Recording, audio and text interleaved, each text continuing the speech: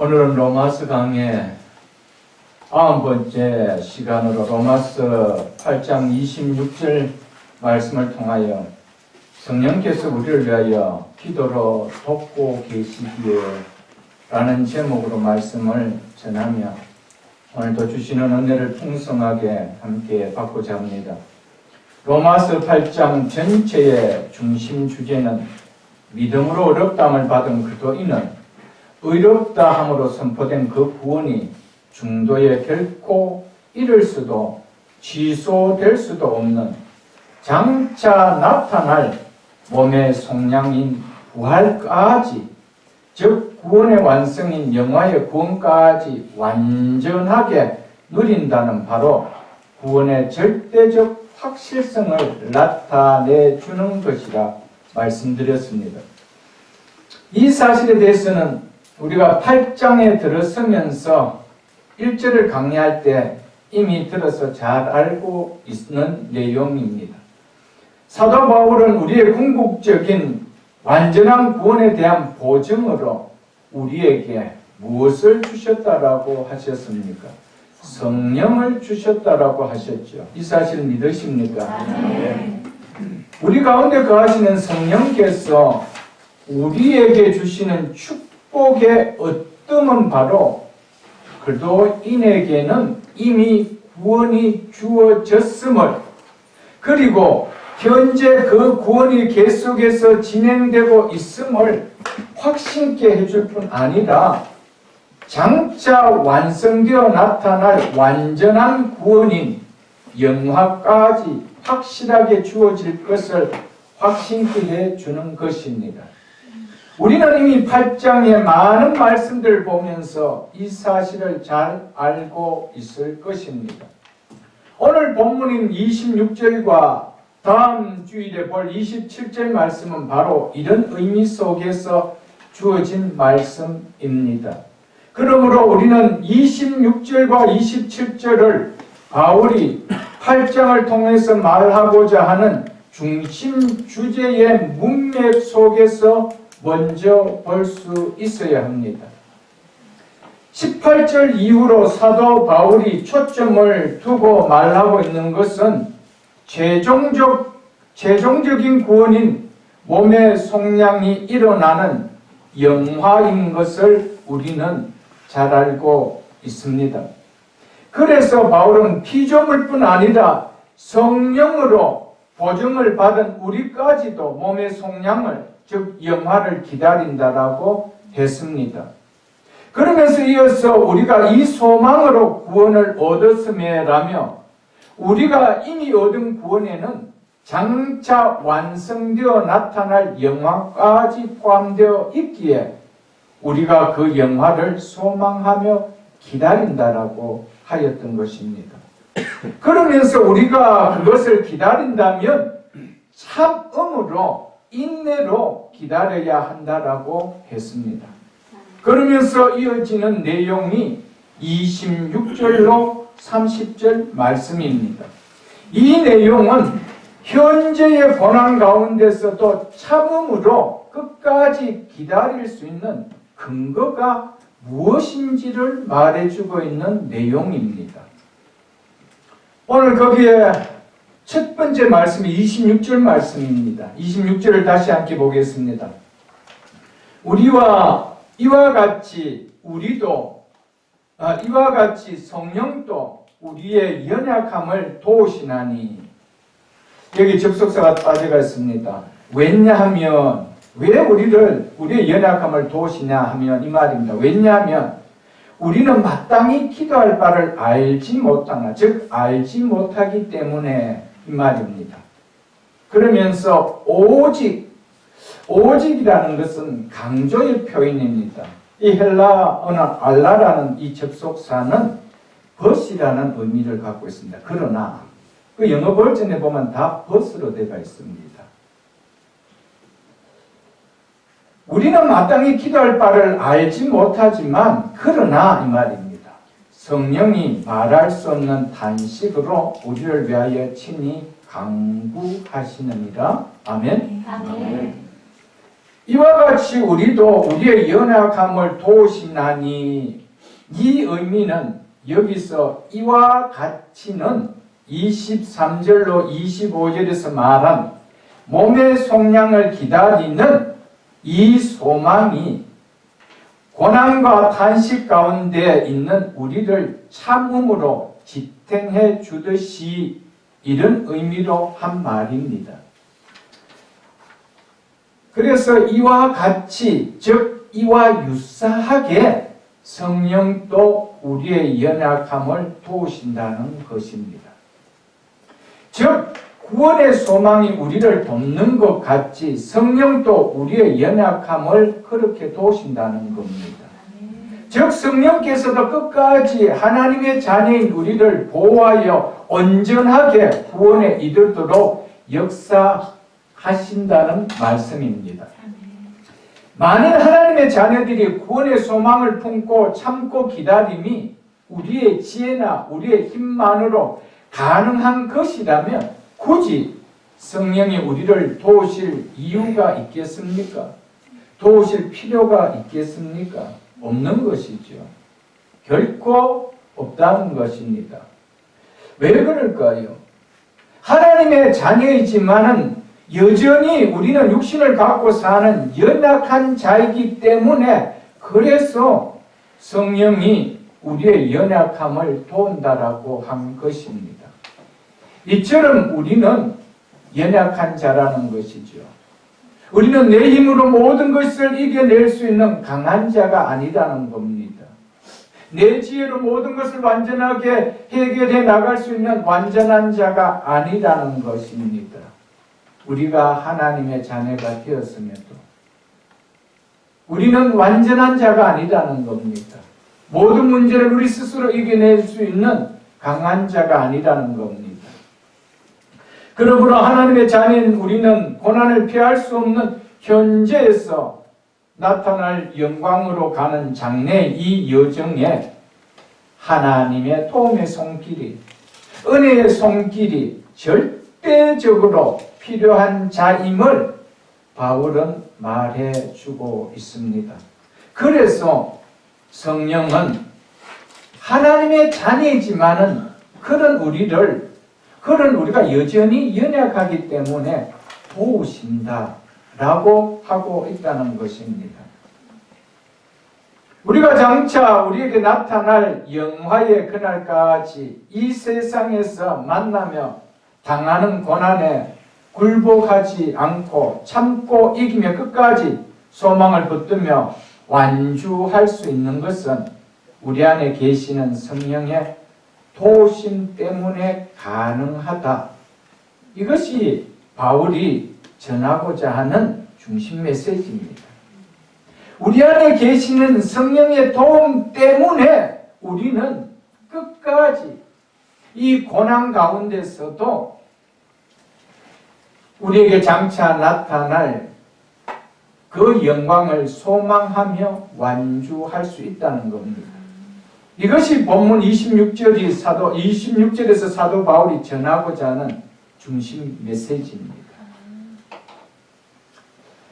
이 말씀을 가지고 단순히 기도의 주제로 전하는 것은 2차, 3차로 전해지는 메시지이지, 문맥상으로 주시는 메시지는 우리가 성령의 도우심으로 우리가 끝까지 고난 가운데서도 영광의 그날까지 완주할 수 있다는 것이 26절과 27절이 주는 중심 메시지라는 것입니다.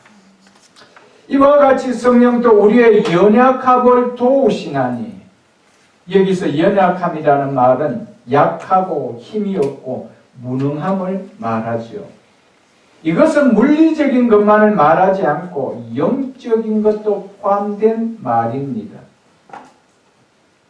이는 아담의 범죄로 말미암아 타락의 결과로 연약함이 우리에게 주어진 것이죠. 사람이 세상에 살아가는 동안 고통을 겪는 이유가 무엇 때문입니까?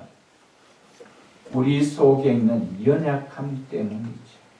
우리가 강하다라면, 우리가 완전하다라면 고통을 겪을 이유가 있나요? 아무런 고통을 겪을 이유가 없습니다. 아무리 고난이 세게 온다 하더라도 우리는 고통을 겪을 이유가 없습니다. 왜? 그것을 다 이겨나갈 수 있기 때문에. 그러나 이겨나갈 수 없는 연약함을 가졌기 때문에 우리가 고난 가운데 고통을 당한다는 것입니다. 얼마나 우리가 연약한 존재인지 성경은 우리를 깨어지기 쉬운 질그릇에 비유했습니다. 그래서 조그마한 말에도 아무리 큰 덩치를 가진 사람이라 할지라도 아무리 높은 지위에 있는 사람이라 할지라도 큰 상처를 받아버립니다. 조그마한 이상한 행동이 보이면 쉽게 오해해버리고 비틀어져 버리는 모습을 드러내지요. 조그만 질병에는 어떻습니까? 그냥 크게 아픈 고통을 받게 되어집니다. 아직 일어나지 않는 일인데도 마치 일어난 것처럼 상상하며 혼자 근심하고 괴로워합니다. 왜요? 우리가 연약하기 때문에. 있는 것으로 결코 만족할 줄 모르는 욕심이 멈출 줄 모르는 연약한 자임을 드러내죠. 우리만 만족할 줄 모릅니다. 더 있었으면 항상 부족함의 결핍을 느끼는 연약한 자라는 것이죠. 많이 가졌다고 그래서 만족합니까? 더 가지려는 유혹이 끊어지지 않는 영적으로 연약한 자라는 것을 말해줍니다. 죄를 이기지 못하고 죄의 유혹에 넘어지기 쉬운 한없이 연약한 자입니다. 많이 배웠다라고 안 넘어집니까?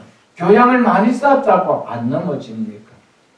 죄의 유혹 앞에 나이에 상관없이, 배움에 상관없이, 지위에 상관없이 쉽게 넘어지는 것이 인간입니다.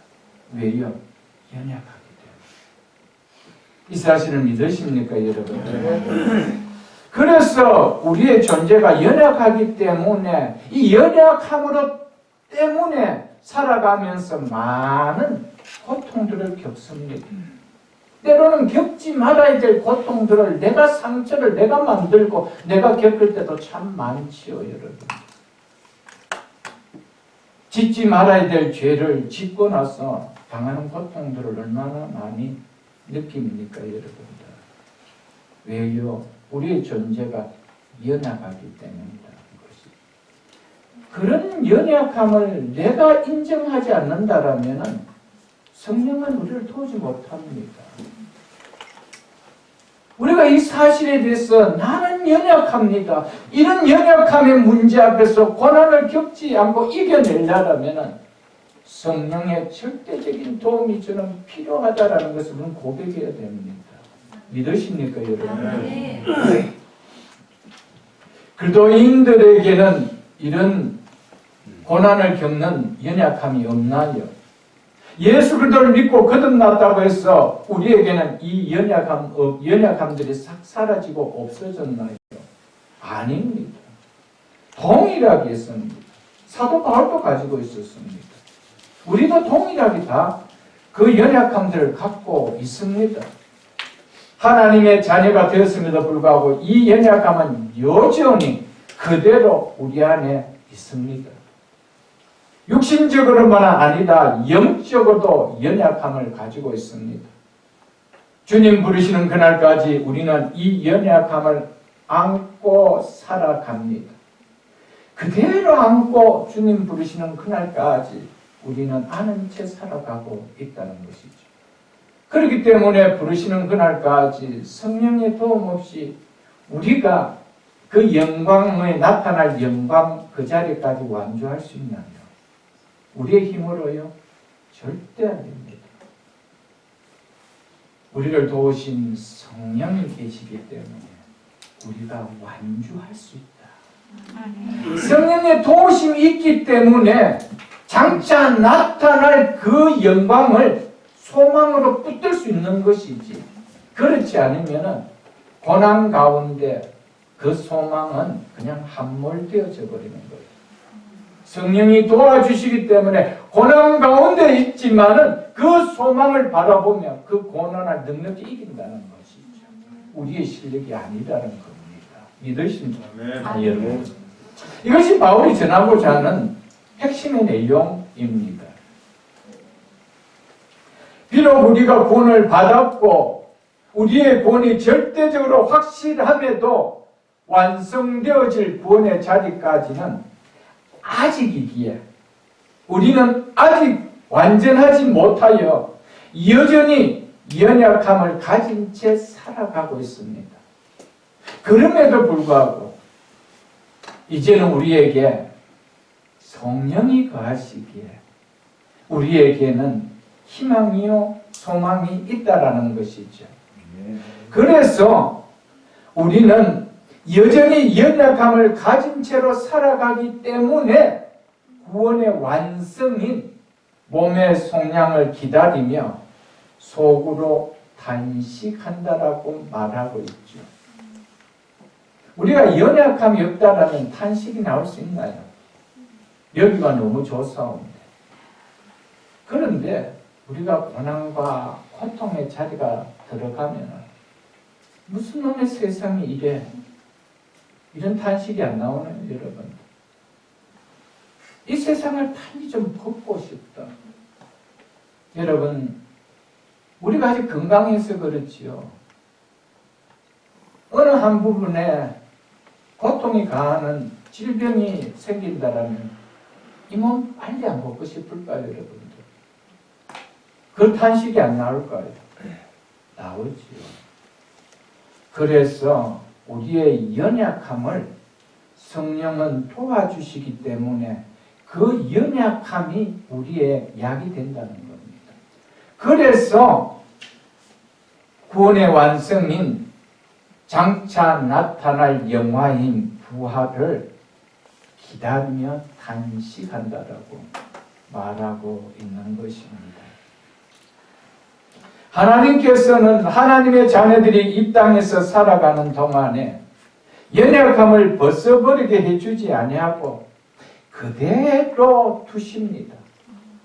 얼마나 우리가 예수를 믿고 하나님의 자녀가 되었다라면 그 연약함을 싹 없애주시고 약한 우리를 강한 자로, 연약한 우리를 완전한 자로 만들어주시면 얼마나 좋을까요? 근데 그대로 두세요. 연약함 그대로 두십니다. 그 대신에 그대로 둔 채로 하나님의 영을 통하여 우리의 연약함을 도울 수 있도록 하나님께서는 구원의 계획을 그렇게 세워놓으셨다는 겁니다. 그래서 이와 같이 성령이 또 우리의 연약함을 도우시나니라고 하신 것입니다. 예수를 믿고 하나님의 자녀가 되어서 우리의 연약함이 사라졌다라면 도우실 이유가 없지요. 그런데 이런 연약함 속에 넉넉하게 도울 수 있는 성령을 보내주셔서 그 성령이 우리를 도와주시도록 하나님께서 하셨다는 것이죠. 그러니 이 도움의 손길이 있는 성령이 내게 거하는 그리스도인에게 구원이 중도에 물 건너갈 수 있나요? 절대로 없습니다. 우리의 연약함을 아시고 그 구원이 끝까지 흔들리지 않고 갈 수 있도록 너무나도 강하고 완전하신 성령을 우리 속에 보내주셨다는 사실입니다. 믿으십니까, 여러분? 여기서 도우시나니라고 번역된 단어는 합세하여 돕다, 함께 담당하다, 맞잡아주다, 짐을 함께 지다라는 뜻이 함축되어 있는 단어입니다. 마치 두 사람이 무거운 짐을 양쪽 끝에서 함께 붙잡고 옮기는 것처럼 우리의 연약함의 문제를 성령이 이렇게 도우신다는 것입니다. 그러므로 성령이 우리의 연약함을 도우신다라는 의미는 우리에게는 가만히 있게 하시고 성령께서 홀로 모든 우리의 문제를 다 해결해 주시는 그런 의미로 도우신다라고 한 것이 아니라는 것을 우리는 알아야 됩니다. 성령께서 우리와 합세하여 우리의 연약함에 의해 안게 되어진 짐을 함께 지신다라는 이 말입니다. 성경 한 곳을 보도록 하겠습니다. 요한복음 14장 16절을 보겠습니다. 신약성경 172쪽입니다. 신약성경 172쪽. 요한복음 14장 16절을 보겠습니다. 내가 아버지께 구하겠사오니, 예수님께서 친히하신 말씀이죠. 내가 아버지께 구하겠으니 그가 또 다른 보혜사를 너에게 주사 영원토록 너희와 함께 하리니, 함께 있게 하리니. 26절 보겠습니다. 보혜사 곧 아버지께서 내 이름으로 보내실 누구라고요? 성령. 아멘. 하나님께서 우리에게 보혜사를 보내주신다라고 얘기해요. 그 보혜사가 곧 무엇이래요? 성령이라고 하고 있죠. 성령을 다른 말로 보혜사라고 말하고 있습니다. 파라클레토스라는 말입니다. 파라클레토스. 이 단어의 뜻은 한 가지로 표현되어질 수 없는 단어입니다. 그래서 영어 버전에 보면 이 보혜사라는 이 말이 영어 버전마다 각양각색으로 번역되어 있는 것을 봅니다. 어느 의미를 담을까 해서 담아놓은 겁니다. 그런데 한두 가지 의미가 아니라는 것이죠. 그래서 법적인 조력자, 변호자라는 뜻을 가지고 있습니다. 에드보케이트라고 되어 있습니다. 에드보케이트라는 단어를 가지고 있습니다. 그 다음에 위로자라는 컴포트라는 단어를 가지고 있습니다. 그 다음 중재자라는, 돕는 자라는, 헬퍼라는 또 단어를 가지고 있습니다. 상담자라는, 이 카운셀러라는 단어를 가지고 있습니다. 우리의 NIV 성경에는 다 카운셀러로 이렇게 되어 있죠. 에드보커트라는 법적인 조력자, 법적인 변호자라는 뜻을 다른 영어 버전에 보면 많이 나와가 있습니다. 그리고 헬퍼라는, 돕는 자라는 뜻도 많이 나와가 있는 것을 우리는 볼 수가 있습니다. 그래서 우리 성경의 보혜사라는 이 말은 이런 여러 가지 의미를 담은 한자어 표현입니다. 보호하고 은혜 주시고 가르치시는 분이라는 의미로 의역해서 보혜사다, 이렇게 표현을 해놓은 것입니다. 오늘 본문에서 성령은 우리를 보혜사, 즉 헬퍼로 도우시는 분으로 표현하고 있다는 것이죠. 성령께서 우리의 보혜사가 되셔서 우리와 함께 하시면서 연약한 우리를 도우신다는 것입니다. 성령은 우리의 연약함을 돕기 위해서 우리와 함께 계시는 보혜사 하나님의 영이시라는 것입니다. 그래서 켈빈은 성령의 도우심이 없는 아무리 신실한 자라도 현재의 고난을 참고 견딜 수 있는 자는 없다라고 했습니다. 성령의 도우심이 없는, 보혜사로 오신 성령의 도움자가 없이 우리가 현재에 당하고 있는 이 고난을 견디며 이겨낼 수 있는 자가 있느냐? 없다라는 겁니다.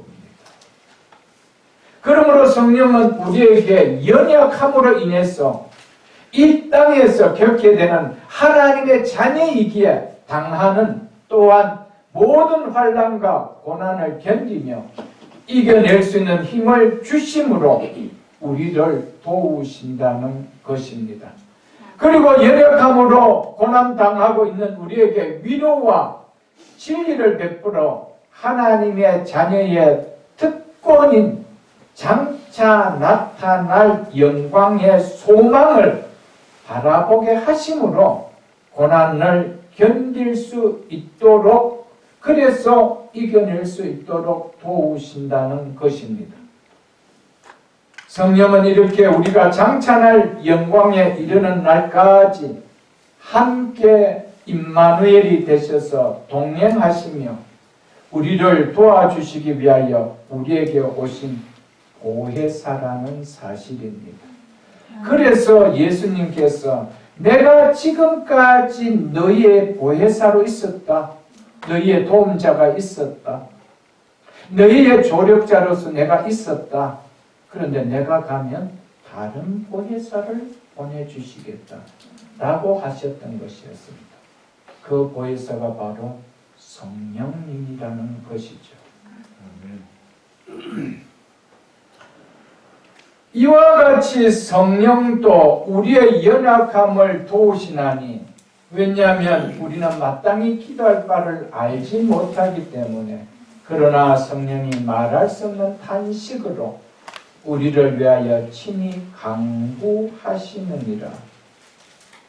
성령이 우리의 연약함을 돕는 방법 가운데 중요한 방법이 바로 사도 바울은 기도라고 말하고 있음을 우리에게 말해주고 있습니다.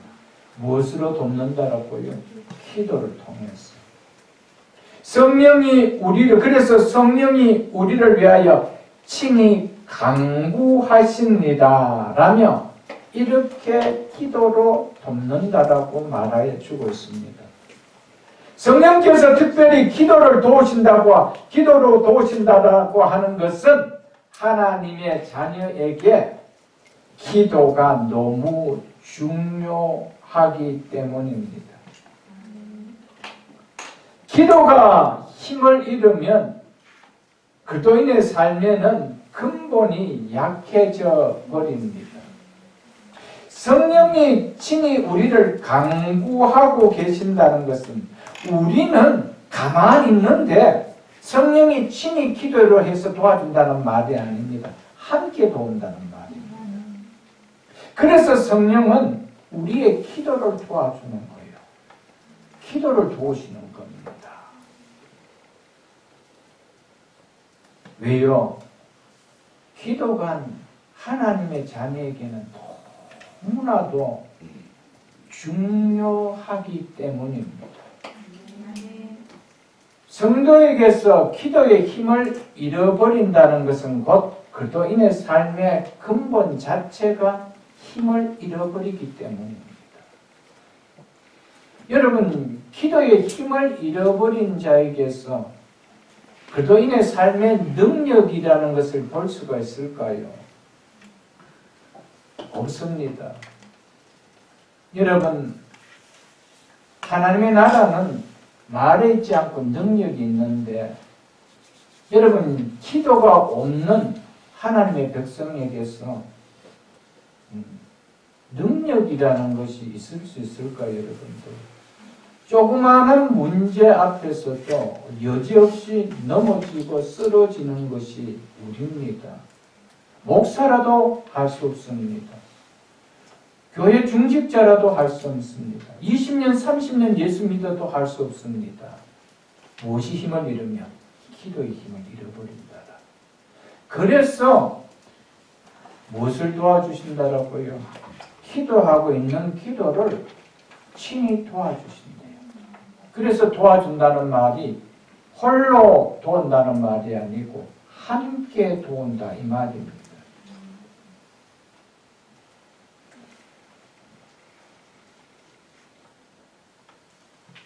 기도의 힘을 잃어버리면 우리의 연약함을 견뎌낼 수 있는 다른 길이 없습니다. 그러므로 기도는 하나님의 자녀들에게 있어서 인생이, 내 삶이 죽고 사는 생명줄과도 같은 것이 기도입니다. 생명줄은 붙들면 사는 거고 놓으면 죽는 겁니다. 바다에 빠진 사람에게 줄을 던지지요. 그 줄이 무슨 줄입니까? 생명줄이죠. 그 줄을 잡으면 사는 거예요. 그래서 생명줄이라고 하는 겁니다. 그만큼 기도를 생명의 줄이라고 한 만큼 성도에게서는 기도가 중요하다는 겁니다. 여러분, 우리가 기도가 없다라는 것은 성령이 도와줄 수 있는 중요한 도움의 한 길을 내가 놓고 산다는 사실입니다. 이것을 오늘 말씀을 통하여 좀 깨달을 수 있어야 돼요, 여러분들. 그냥 기도는 그냥 폼으로 하는 것이 절대 아닙니다. 뒤에서 우리가 또 보면은 알게 될 것입니다. 여러분. 사랑하는 성도 여러분들, 우리가 주변에 보면은 우리가 볼 수 있지 않습니까? 많은 주변의 성도들을, 교인들을, 다른 교인들을 보면은 알 것입니다. 아무리 오래 교회를 다니는 중직자라 할지라도 기도에 힘을 잃어버린 분이라면 고난을 당했을 때 이겨낼 수 있는 모습을 보기는 참으로 어렵습니다. 기도가 없는 사람에게는 고난을 당하게 되면 그 문제를 이길 수 있는 힘이 없습니다. 넌 그렇지 않아 똑같이 고난 앞에서 그냥 좌절해버립니다. 여러분, 기도는 그만큼 고난 속에서도 우리가 욥처럼 살아날 수 있는 생명줄과 같은 것이 기도라는 사실 잊지 마십시오, 여러분. 기도가 죽었는데 생명을 살리는 관이 끊어져 버렸는데 내 삶의 생명의 역사가, 내 인생의 생명의 역사가, 내 가정의 생명의 역사가, 내 기업의 생명의 역사가, 내 자녀들에게 생명의 역사가 일어날 수는 없습니다. 생명의 관이 끊겼는데, 생명의 기도가 죽어버렸는데 무엇이 살아날 길이 있나요, 여러분들? 그래서 사도 바울은 데살로니가 전서에 보면 게으른 자는 먹지도 말라라고 했습니다. 이것은 육신의 이야기만 한 것이 아닙니다. 영적으로 기도가 게을러버리면 먹을 것이 없습니다. 누릴 것이 없습니다. 살아날 것이 없습니다. 회복될 것이 없습니다. 그래서 게으른 자는 먹지도 말라라고 했습니다. 이건 육적인 이야기만 하는 것이 아닙니다. 영적인 게으름도 잃어버린다라면 우리는 많은 부분에서 정말 너무 많은 것을 잃어버리는 시간 속에서 삶의 열매들을 거두게 될 것입니다. 여러분들, 기도의 중요성을 오늘 말씀을 통하여 깨달을 수 있기를 바랍니다. 앞에서도 말씀을 드렸지만 성령이 우리의 연약함을 도우신다라고 할 때 이 돕는 것은 나는 가만히 있는데 성령님이 홀로 나의 연약함을 돕는 것이 아니라고 했죠. 연약함으로 안게 된 나의 짐을 함께 붙들어 주므로, 함께 맞잡아 주므로 돕는다라고 말했습니다. 내가 들고 있는 짐에 다른 쪽을 성령님이 함께 잡고 그 짐이 가볍도록 도와준다는 것입니다. 연약한 나에게 도움을 주고 나에게 도움의 역할을 해 주심으로 나의 무거운 짐을 함께 들어주신다는 것이죠. 그렇게 하여 고난의 짐이 가벼워질 수 있도록 해결해 주신다는 것입니다. 그러므로 우리가 힘들고 어려울 때 기도하십시오. 기도하지 않으면 그 짐은 그대로 내 머리를, 내 삶을, 내 인생을 짓누르지만 기도할 때 그 무거운 짐에 성령님이 붙들고 도와주신다는 사실입니다, 여러분. 그러므로 나의 연약함을 깨닫고 당하는 고난의 문제로 기도할 때 성령께서 그 기도에 함께 도우시는 것이지, 고난의 문제 앞에서도 하나님은 온데간데 없고 스스로 그 문제를 해결하려 하고 기도의 손을 놓고 있다면 성령은 도울 수가 없다라는 사실을 우리는 깨달을 수 있어야 합니다. 우리가 연약하여 마땅히 기도할 바를 알지 못하지만 그래도 기도할 때 성령은 우리의 기도를 붙들어 주시고 우리를 위하여 기도해 주시고 그 짐이 더 이상 견디기 힘든 고난으로 이어지지 않도록 그 기도에 힘을 보태 주신다는 사실입니다. 그래서 성령은 우리의 연약함을 도우신다라고 했던 것이었습니다.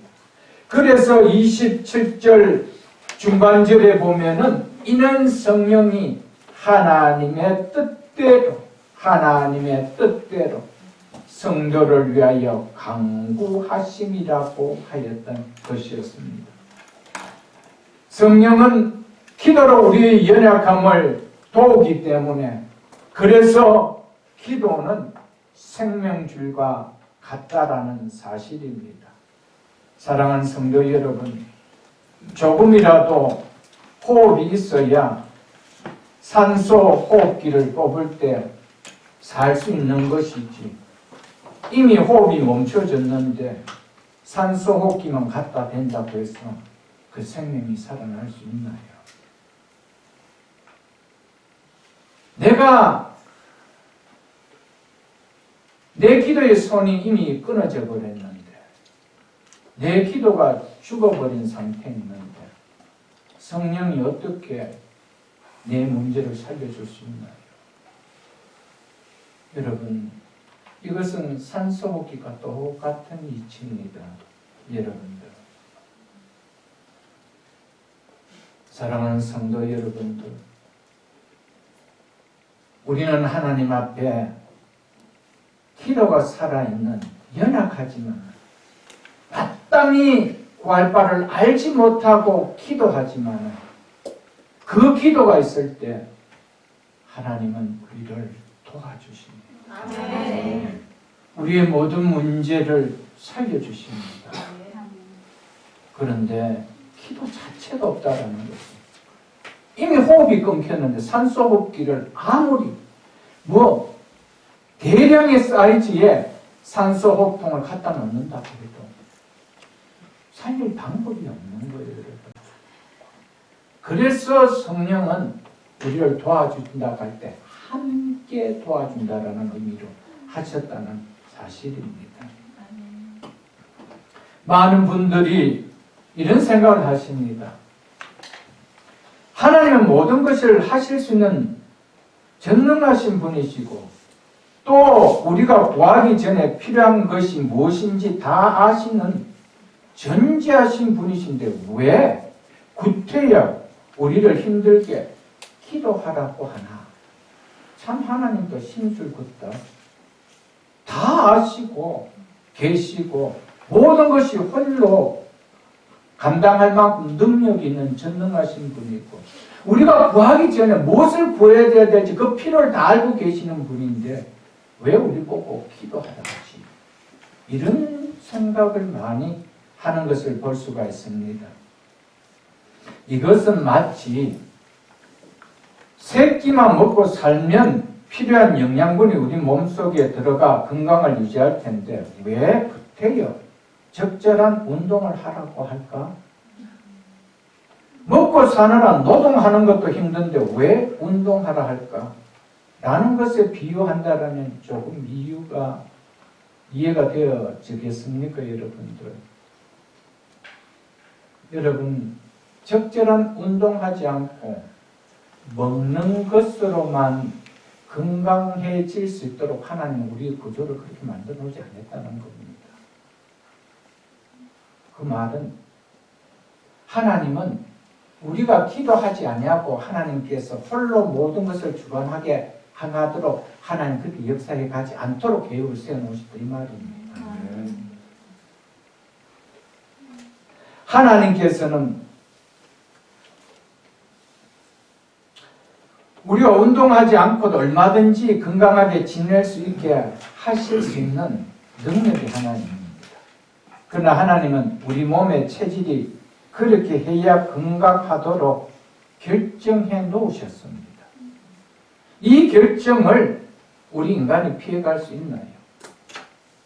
그러면서 나는 세 끼만 잘 먹으면 건강하게 잘 지낼 수 있어.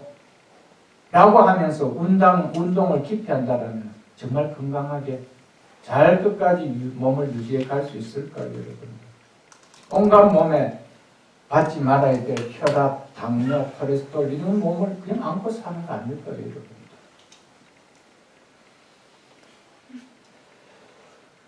그래서 운동하지 않고 먹고 일하기만 하면 우리 몸이 쉽게 건강이 훼손되는 것처럼 기도하지 않고 말씀만 먹고 교회 다니는 신앙은 쉽게 우리의 영혼이 망가져 버립니다. 여러분, 기도하지 않는 성도들 치고 믿음이 참 좋다라고 보이는 성도들 보셨습니까? 평상시엔 잘 모르겠지만 어려운 문제가 일어나면 여지없이 나 정말 믿음 없어요 라는 것을 그냥 자기 자신이 털어내버립니다. 왜? 이겨낼 힘이 나는 없다라는 것을 스스로 보여주고 있지요, 여러분. 기도는 장차 나타날 우리를 기다리고 있는 궁극적인 영광으로 우리를 인도하기 위해서 하나님께서 스스로 정하시고 결정하신 방편들 가운데 하나이기 때문에 우리는 기도하지 않고 순례자의 길을 갈 수 있는 신앙생활이라는 것은 할 수 없다는 겁니다. 하나님은 우리를 구원하시고 신앙생활 속에 기도라는 방편을 넣어두셨다는 것이죠. 하나님께서 우리가 기도하지 않고도 칭의만으로 얼마든지 이 목적에 인도할 수 있는 전능하신 분입니다. 그러나 하나님은 성화의 과정을 통하여 우리를 이 목적지에 이룰 수 있도록 계획을 세워놓으셨습니다. 하나님은 성화의 한 수단으로 기도를 우리에게 주신 것입니다. 그런데 우리가 기도를 무시하고도 피조물이 허무한 데 굴복하여 썩어짐의 종로로 타는 현재의 고난으로부터 넘어지지 않고 나타날 소망을 바라보며 승리하는 삶이 사라질 수 있을까? 있다라면 하나님 우리에게, 또 주님은 우리에게, 성령님은 우리에게 기도하라라고 하지 않았을 겁니다. 기도의 중요성은 성경은 얼마나 많이 기록해 놓은지 모릅니다.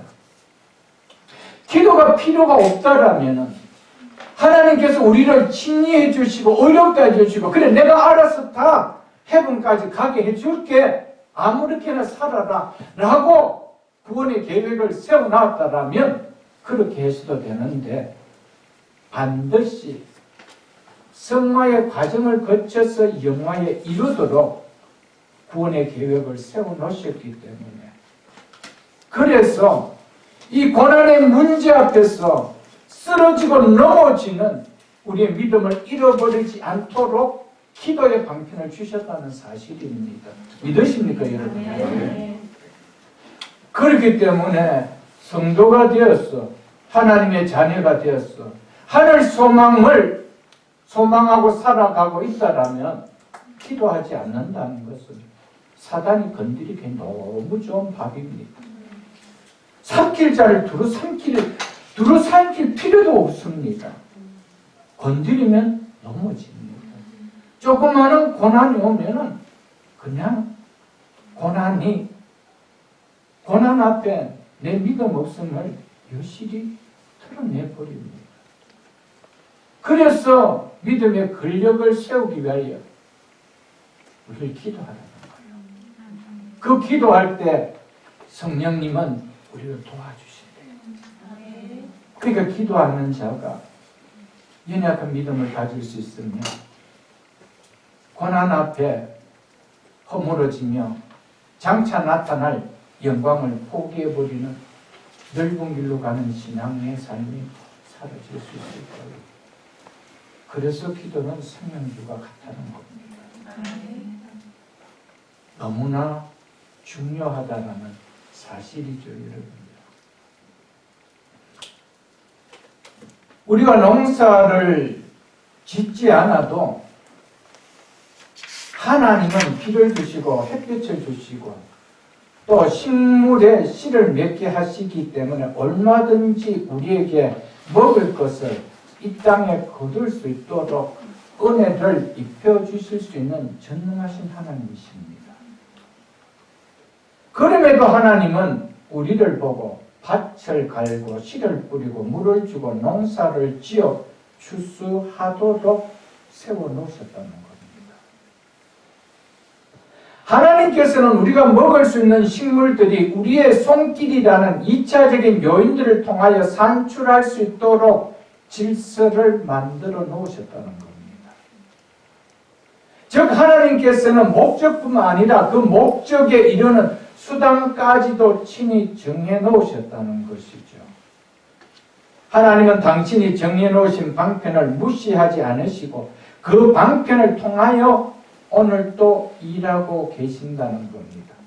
그렇기 때문에 밭을 갖고 씨를 뿌리지 않는데 먹을 것이 나도록 하시지 않습니다.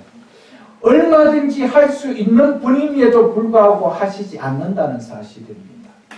하나님은 우리의 문제를 얼마든지 해결해 줄 수 있는 전능하신 분임에도 불구하고 기도하지 않으면 도와줄 수 없기 때문에 기도하라고 하셨던 사실입니다. 이건 하나님이 세워놓으신 방편입니다. 이 사실을 우리는 깨달아야 된다는 것이죠. 하나님은 목적을 위함만 아니라 그와 똑같은 방편에 대해서도 스스로 책임의식을 갖고 계십니다. 기도란 우리를 기다리고 있는 장차 나타날 궁극적인 영광으로 우리를 인도하기 위해서 하나님께서 스스로 정하시고 결정하신 방편들 가운데 하나가 바로 기도라는 것이죠. 그러므로 마치 농부가 밭을 가고 씨를 뿌리지 않고 결실의 결과를 얻지 못한 것 같이 하나님께서는 우리가 기도하지 않고 성화의 과정을 무시하고 그 목적에 인도할 수 있느냐? 없다라는 겁니다. 왜? 하나님은 그 방편으로 세워놓으셨기 때문이라는 것입니다. 하나님께서는 이렇게 하기로 당신 자신이 결정을 해놓았습니다. 그렇기 때문에 하나님의 백성임에도 기도하지 않을 때는 환경을 흔들어서라도 기도의 자리에 넣는 이유가 거기에 있는 거예요. 그렇지 않다면 왜 하나님이 우리를 구태여 힘들게, 삶도 힘들어 죽겠는데, 고난 가운데 힘들어 죽겠는데 왜 기도의 시간까지 힘들게 들여라 할까? 이게 이해가 되지 않을 겁니다, 여러분. 그래서 하나님은 우리의 삶을 흔들어서, 때로는 질병을 주셔서, 때로는 우리의 기업을 흔들어서라도, 우리의 자녀의 문제를 흔들어서라도, 사람과의 관계의 문제를 흔들어서라도, 갑자기 이해할 수 없는 재해를 당하게 해서라도 하나님 우리를 기도의 자리에 넣어버리십니다. 그러지 아니하고는 네가 장차나갈 영광을 도무지 바라보며 사는 믿음이 나타나지 않기 때문에, 세상의 것에서 다 함몰되어 살아버리기 때문에 생명수를 넣지 말라라고 기도의 자리에 넣으시는 거예요. 아멘. 아멘. 여러분, 하나님의 구원 계획을 안다라면 기도가 얼마나 우리에게 파워풀하고 얼마나 축복이고 은혜인 것인지 우리는 알 것입니다. 이것을 우리에게 고통스러운 일을 하게 하실까라는 생각이 들지 않습니다. 하나님 앞에 기도하는 것이 얼마나 귀하고 귀한지 우리는 하나님 은혜 앞에 깨닫게 될 것입니다. 하나님은 우리를 구원했으니 그러므로 무조건 일방적으로 하나님 당신의 힘으로 끌고 궁극적인 영화의 구원에 이르도록 그분은 결코 하시지 않습니다. 하나님은 결코 그렇게 영광에 이르도록 구원 계획을 세워놓지 않으셨다는 것입니다. 어렵다함을 받은 하나님의 자녀가 기도하며 소망 가운데 그 구원에 이르도록 기도해 놓으셨다는 것이죠. 그래서 성령이 우리 안에 거하게 하시고 우리의 기도를 돕고 계신다는 사실입니다. 얼마나 감사합니다. 여러분, 우리가 우리 힘으로 기도하는 것 같아요. 여러분, 왜 어려울까요? 내 힘으로 모든 것을 한다기 때문에 너무 어렵습니다. 기도를 내 힘으로 하기에 너무 힘든 겁니다. 여러분, 기도의 시간에 들어가 보면 내가 한다는 것을 느끼지 못합니다. 그래서 때로는 초신자라도 30분 기도하는 것은 쉽게 넘어갑니다. 1시간, 2시간, 3시간 내 혼자서 하기 때문에 그렇게 할 수 있는 거 아니죠. 나를 도우심을 우리는 느낄 수가 있습니다. 사랑하는 성도 여러분들, 하나님을 믿고 신앙생활하면서 이런 영적으로 누림을 체험하는 은혜가 있기를 축복합니다. 그런데 그것은 결코 힘들다는 고백이 나오지 않습니다. 내가 너무 은혜로운 자로 살고 있고 은혜로운 자로 살 수 있도록 성령님의 도와주심의 은혜를 하나님께 감사하게 되어진다는 것이죠, 여러분. 왜 성령께서 하나님 자녀인 우리를 도우실까? 장차 우리를 약속하신 기업의 보정이시기, 그분이 보정이시기 때문입니다. 장차 받을 상 속의 보정이 성령이시기 때문입니다. 그래서 하나님의 자녀에 대해서 완성된 하나님의 자녀로 나타날 그날까지 성령의 처음 익은 열매로서 이 일의 보정자이시기에 마지막 영화의 열매를 맺기까지 끝까지 인도해 가셔야 되기 때문에 우리를 도우신다는 것입니다. 성령은 결코 그리스도인을 하나님의 자녀로 보증해 주시는 것으로 끝내지 아니하시고 최종적 구원이 완성될 그때까지 보증자로서 도와주신다는 겁니다. 하나님의 자녀로서의 보증이 우리 안에서 확실히 성취되는 그날까지 성령님은 끝까지 기도로 우리를 도와주시는 분이라는 것이 바울이 우리에게 전해주는 메시지입니다. 그래서 이미 얻은 구원은 취소될 수도 소멸될 수도 없다는 것입니다. 장차 완성되어 나타날 완전한 구원이 영화까지 반드시 이루어지게 하신다는 것이죠. 우리 안에 계시는 성령께서 연약한 우리를 위하여 기도로 도와주시기 때문에 우리의 구원은 오늘도 완전한 겁니다. 오늘도 우리의 구원은 안전한 것입니다. 이 사실 믿으십니까? 우리가 기도를 통하여 성령이 나를 돕고 있다는 것을 느껴야 내 구원은 정말 안전하구나, 그날까지 완전하구나, 이 사실을 깨닫게 되는 것이죠.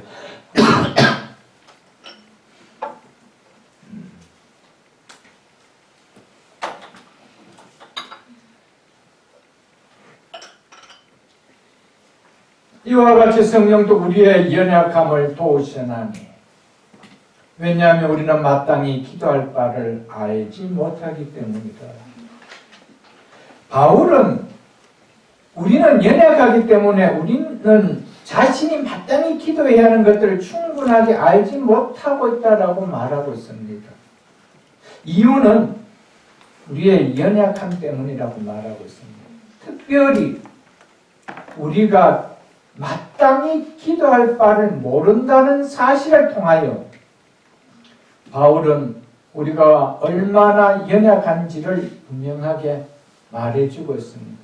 다른 많은 부분에도 연약한 부분이 있지만 특별히 오늘 사도 바울은 기도를 통해서 우리가 얼마나 연약한 자인지, 그리고 성령이 도와주지 않으면 안 될 만큼 연약한 자인지를 말해주고 있다는 것이죠. 그래서 그러나 성령이 말할 수 없는 탄식으로 우리를 위하여 간구하시느니라며 우리의 연약을 뭐로 도우신다고 합니까? 기도로 이렇게 도우신다는 것이죠. 이처럼 기도에 있어서 성령의 도우심이 우리의 연약함에 대한 답이라는 것을 바울은 말해주고 있습니다. 우리는 마땅히 기도할 바를 알지 못하나, 이것이 바울이 말하고 있는 기도에 있어서 연약함임을 말해주는데, 그럼 우리가 마땅히 기도할 바를 알지 못한다라고 하는 이 의미가 우리가 어떻게 느껴집니까? 어떻게 올바로 기도해야 할지 모른다라는 기도의 방식을 말할까요? 기도의 방식을 모른다라는 이 말을 하는 것일까요? 아니면 무엇을 구해야 할지 적절한 내용에 대하여 모른다라는 기도의 내용을 알지 못한다라는 이 말일까요? 후자입니다. 우리는 우리의 절박한 상황에서, 고난을 당해서 당하는 절박한 상황에서 무엇을 구해야 할지 기도의 내용을 분명하게 알지 못한다는 겁니다. 이런 연약한 우리를 성령은 도우신다는 것입니다. 무엇을 구해야 할지 모른다라는 기도의 내용은 바로 다음 절에 보면 알 수 있는 것처럼 그것은 하나님의 뜻대로, 즉 하나님의 뜻을 따라 구해야 한다는 이 사실을 우리는 알지 못하고 기도하고 있다는 것이죠. 즉 여기서 마땅히 알지 못한다라는 것은 이처럼 하나님의 뜻대로라는 것을 우리는 알 수 있을 것입니다. 이처럼 기도의 방식이 아니다, 우리가 무엇을 바라고 기도해야 하느냐는 기도의 내용 또는 기도의 목적을 모르고 기도할 만큼 우리는 연약하다는 것이죠. 그런데 그 연약함을 없애고 빨리 하나님의 뜻을 찾아서 기도해라, 바울은 그렇게 이야기하고 있지 않습니다. 이것이 우리의 은혜입니다. 이것이 우리의 복입니다. 그럼에도 그래서 성령은 우리를 도와주신대요. 우리가 하나님의 뜻을 알고 구한다면 우리는 완전한 자예요. 우리는 연약한 자가 아니에요. 우리는 죽을 때까지 하나님의 뜻을 모르면서 오늘도 열심히 기도합니다. 그럼에도 너 하나님 뜻을 이제는 깨닫고 기도해라 라고 하지 않고 있다는 사실입니다. 이것이 큰 위로입니다. 이것이 큰 힘입니다. 마땅히 알 바를 모르고 기도하지만은, 그래서 성령은 네가 그래서 연약하기에 내가 도와준다. 이것이 바울이 말하고자 하는 내용입니다. 아멘. 아멘.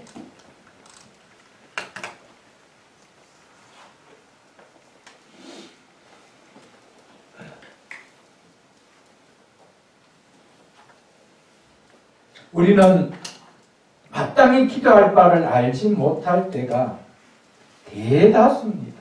저 역시도 마찬가지고, 우리는 마땅히 기도해야 될 그 내용을 모르고 기도할 때가 대다수입니다. 특별히 여기서 말하는 것은 갑자기 큰 고난을 당했을 때 어떻게 기도해야 될지, 이 기도를 다 놓치고 있다라는 것이죠. 특별히 갑자기 큰 슬픔을 당했을 때, 갑자기 큰 어려움을 당했을 때 기도하고 싶어도 무엇을 기도해야 될지, 그리고 어떻게 기도할지 우리는 모릅니다. 그런데 기도는 하고 싶습니다. 그런데 입이 열리지 않아요.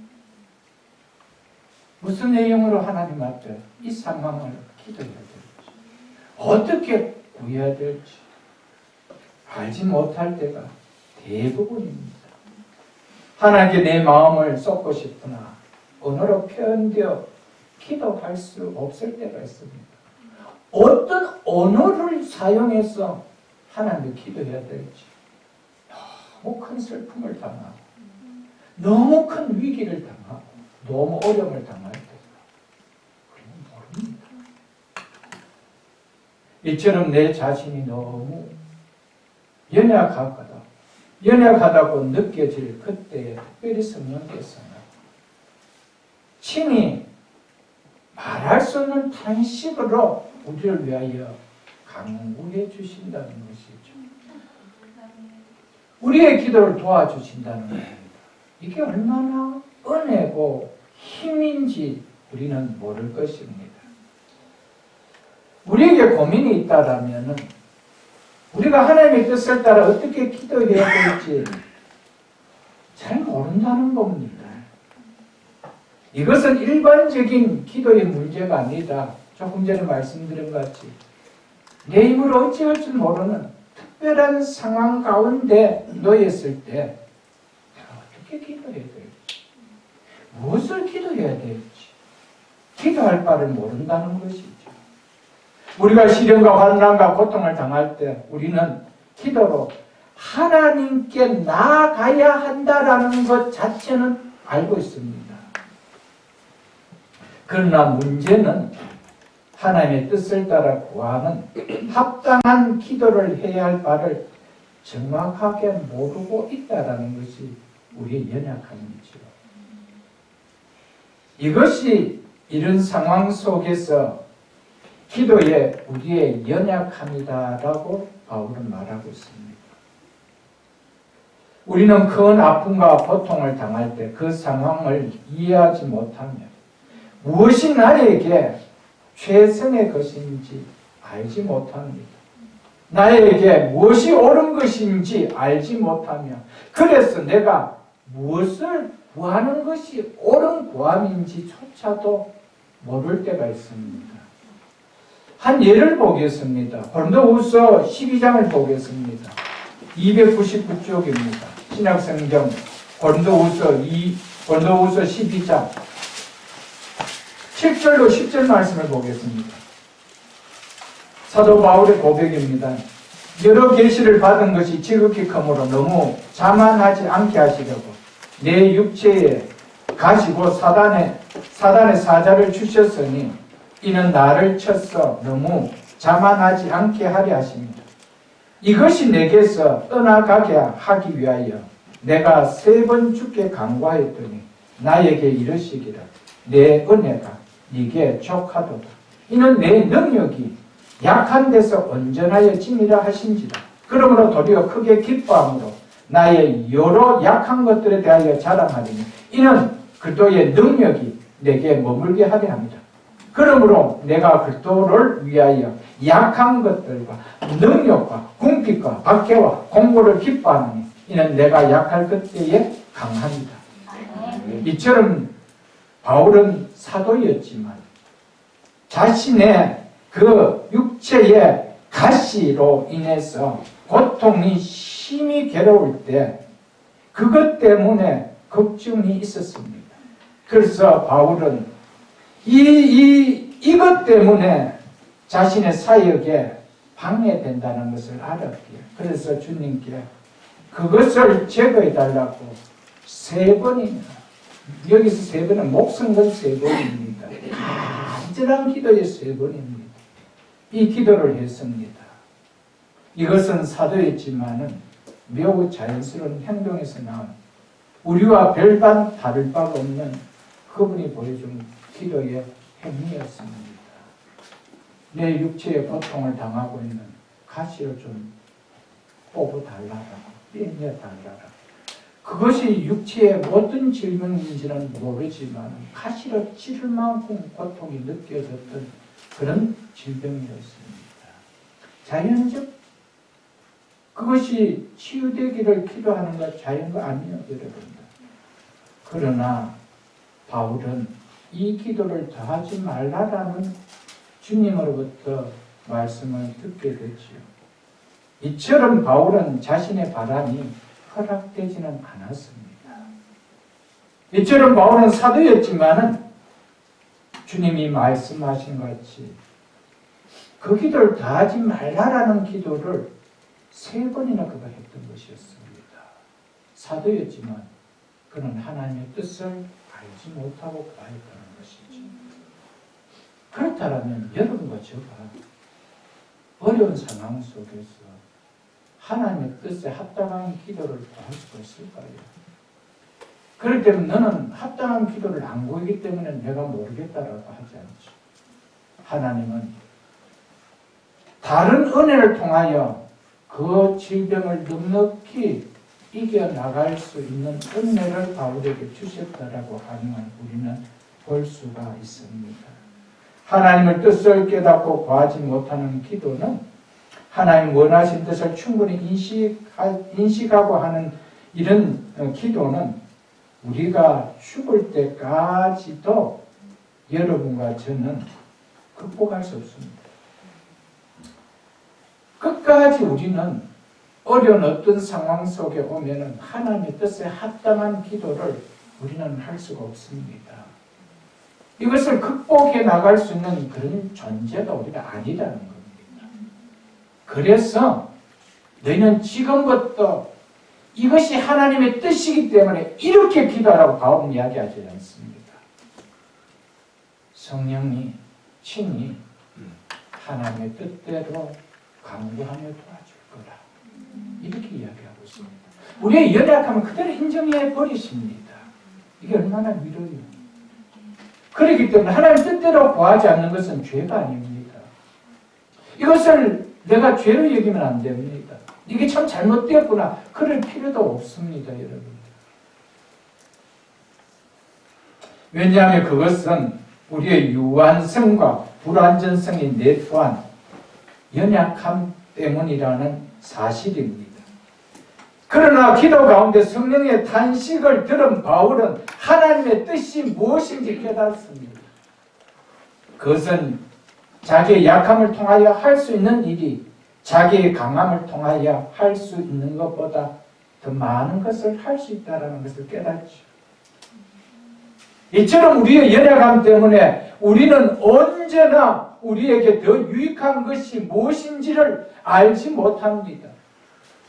누가 바울에게 있어서 육체의 가시가 유익한 것이라고 생각하지, 육체의 가시가 빠지는 것을 유익하다고 생각하지 않은 사람이 누가 있겠습니까?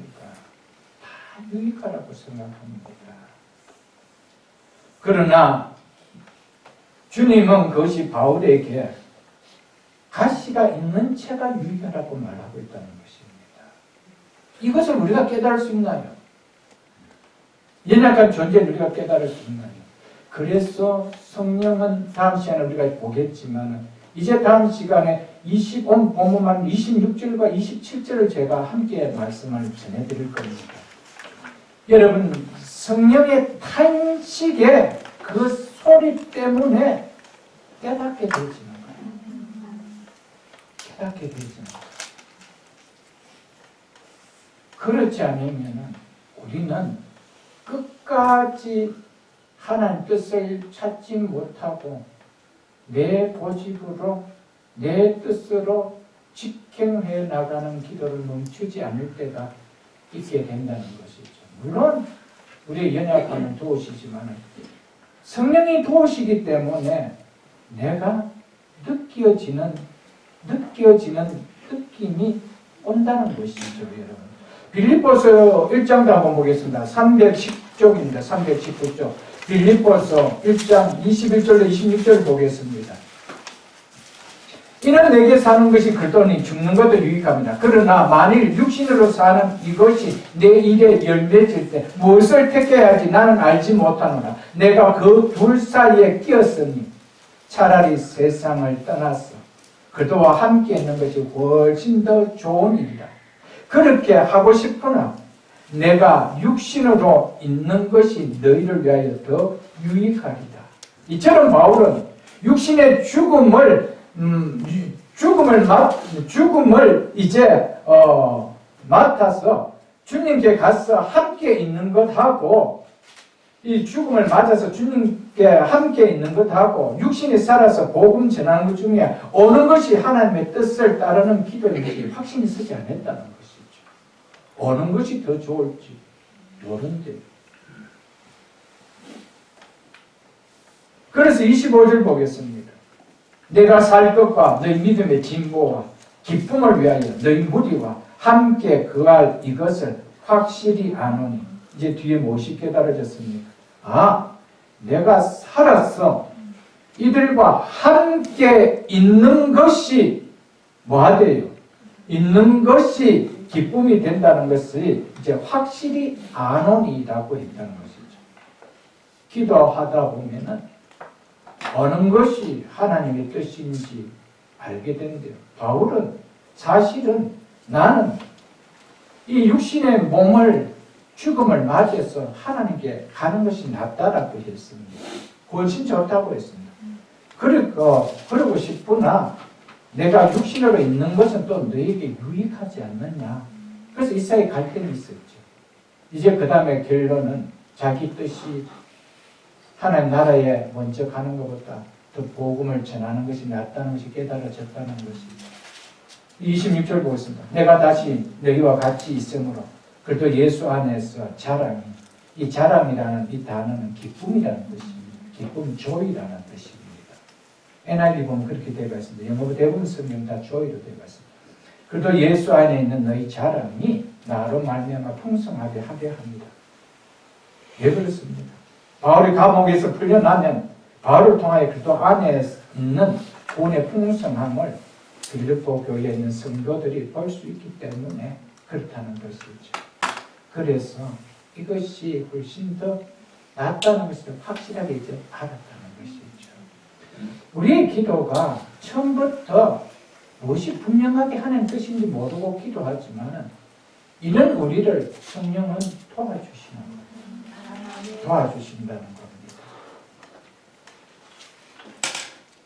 만일 우리에게 질병으로 죽을 수 있는 상황과 은혜로 회복되는 상황에 문제가 찾아온다면 우리는 먼저 은혜로 회복되는 상황을 염두에 두고 바울처럼 그렇게 기도할 겁니다. 이 가시를 좀 체크해달라고, 몸의 치유를 하나님 하게 해달라고 할 것입니다. 그런데 만일 우리의 바램과 같이 기도한 대로가 아닌 원하지 않는 죽음을 당하게 된다면 하나님은 왜 우리의 기도를 안 들어주셨어? 우리의 가족들의 기도를 왜 안 들어주셨어? 우리의 성도들의 기도를 안 들어주셨어? 그렇게 이야기할 수 있다면 우리의 믿음은 한참 낮았습니다. 우리는 알 바를 모르고 기도하는 거예요. 우리는 고쳐주는 것이 우리의 뜻인 줄 알고 기도하고 있다는 것이죠. 그런데 하나님의 원함은 데려갈 수도 있다는 거예요. 믿으십니까, 여러분? 네. 왜 그럴까요? 우리가 연약함 때문에 우리는 연약한 문제에서 항상 육신적인 것이 우선적으로 옵니다. 이것이 빨리 해결되었으면 좋겠다라는 것이죠.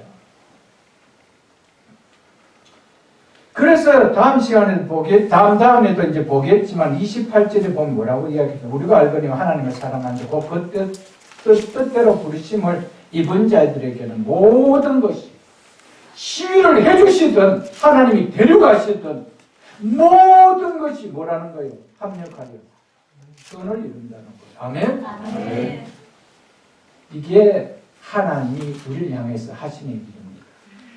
그렇기 때문에 하나님의 구원의 은혜를 아는 백성이라면 우리의 상황 속에서 원망이 터져나오지 않습니다. 하나님이 데려가시고 우리가 뭐 40일을 기도하고 하더라도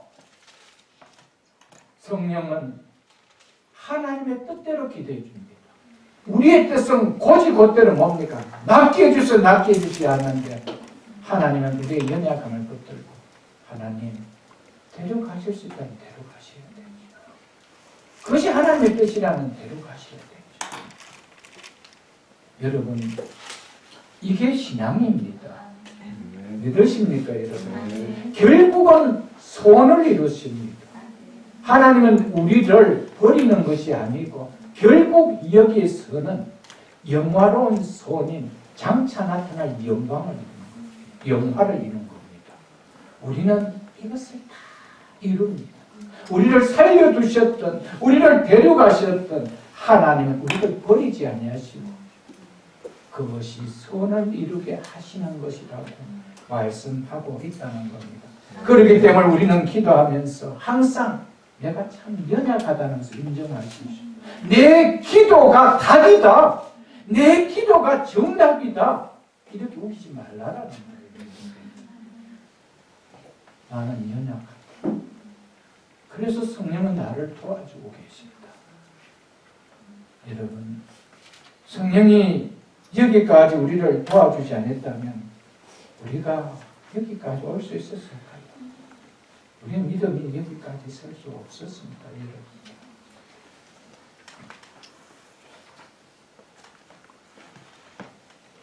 우리가 무엇을 구해야 할지 알 수 없는 것은 하나님의 뜻을 알아 하나님 뜻대로 하나님 뜻을 구하여 하는 것은 우리가 이 세상을 살아갈 동안은 조금 전에 말씀드렸지만 절대로 극복되어질 수 없습니다. 내가 하나님의 뜻을 따라 구할 수 있다. 이것은 우리가 극복할 수 없는 우리 존재입니다. 우리는 연약한 자라는 것이죠. 우리가 이 세상을 살아갈 동안 우리는 결코 하나님이 원하시는 뜻을 충족시키는 충분한 인식을 우리는 갖지 못하고 살아갑니다. 그렇기 때문에 항상 어려운 문제가 일어날 때면은 하나님 앞에 하나님의 뜻을 구하는 것이 참 중요합니다. 어떤 상황이 온다 할지라도 하나님 뜻대로 구하게 해 주옵소서. 하나님의 뜻대로 일어나게 해 주옵소서. 그것을 하나님의 뜻으로 받아들일 수 있는 믿음을 나에게 주옵소서. 이렇게 되죠. 그거 아니고 무조건 내 기도가 하나님이 답을 해줘야 되는 결제라면 그렇게 안 되면은 하나님은 없다고 그럽니다. 하나님은 거짓말장이 되렵니다. 그러니까 기도하다가 좀 안 되면은 어떤 어려운 문제가 해결 안 되면은 중도의 신앙을 버리고 떠나는 사람이 많이 있는 이유가 여기 있는 것이죠. 자신의 연약함을 모르고 자기의 강구와 바람이 곧 하나님도 원하는 답이라고 생각하는 자신의 완전함을 드러내는 교만을 가지고 있기 때문에 그렇게 기도하는 것이죠. 우리에게는 유한함과 불완전성이 내포되어 있는 연약함을 가지고 있기 때문에 하나님 원하시는 뜻을 결코 하나님 부르시는 그날까지는 알지 못하고 기도합니다. 그것을 하나님과 가장 친밀하게 지냈던 사도 바울을 통하여 샘플로 생생하게 우리에게 보여주고 있다라는 것이죠. 이 우리의 연약함은 구원 역사에 있어서 우리의 위치에 의해서 우리에게 부과된 불가피한 조건입니다. 우리가 예수를 믿고 성령으로 거듭날 때에 하나님의 뜻을 다 깨달을 수 있는 완전한 자라면 성령을 보내주실 이유가 있나요? 여러분, 그렇기 때문에 우리가 예수를 믿고 구원을 받았음에도 불구하고 여전히 연약함 속에 그 연약함의 일부를 가지고 있다는 것은 바로 구원 역사에서 우리의 위치라는 겁니다. 우리에게 부과된 불가피한 조건이 그렇다는 겁니다. 그래서 하나님은 어려운 가운데서도 성령의 도우심을 향하여 그 나라를 바라보며 가게 하셨다는 것입니다. 그러므로 우리는 어떻게 기도할 바를 알지 못하는 연약함이 죄가 되는 것으로 생각해서는 안 됩니다.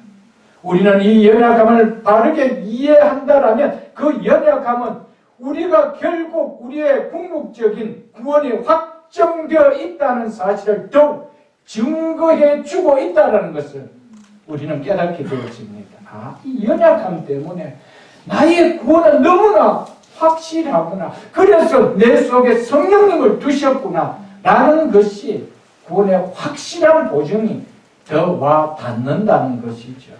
아멘. 그렇기 때문에 사도 바울은 우리에게 부지런히 하나님의 뜻을 구하라, 찾아보라, 연구해보라. 그래서 이 연약함에서 벗어나라라고 말하지 않았습니다.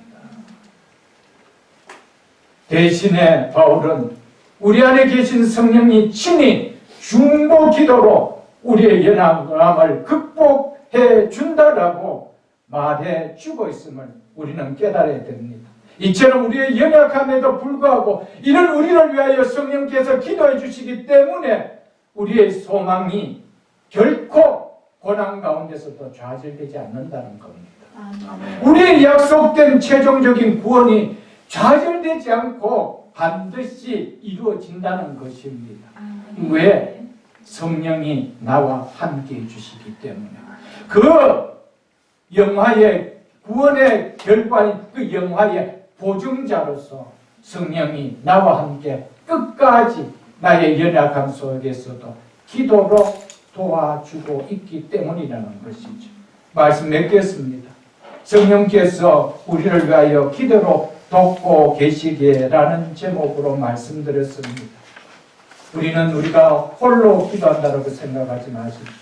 기도의 자리에 앉는 자체가 이미 나에게는 성령이 함께하고 계신다는 증거요. 또 기도하고 있다는 자체 속에 성령은 나를 위하여 기도를 돕고 있다는 사실을 기억하십시오. 이런 나에게는 기도하는 나를 보면서 나는 결국에 구원의 완성인 그 자리까지 가구나.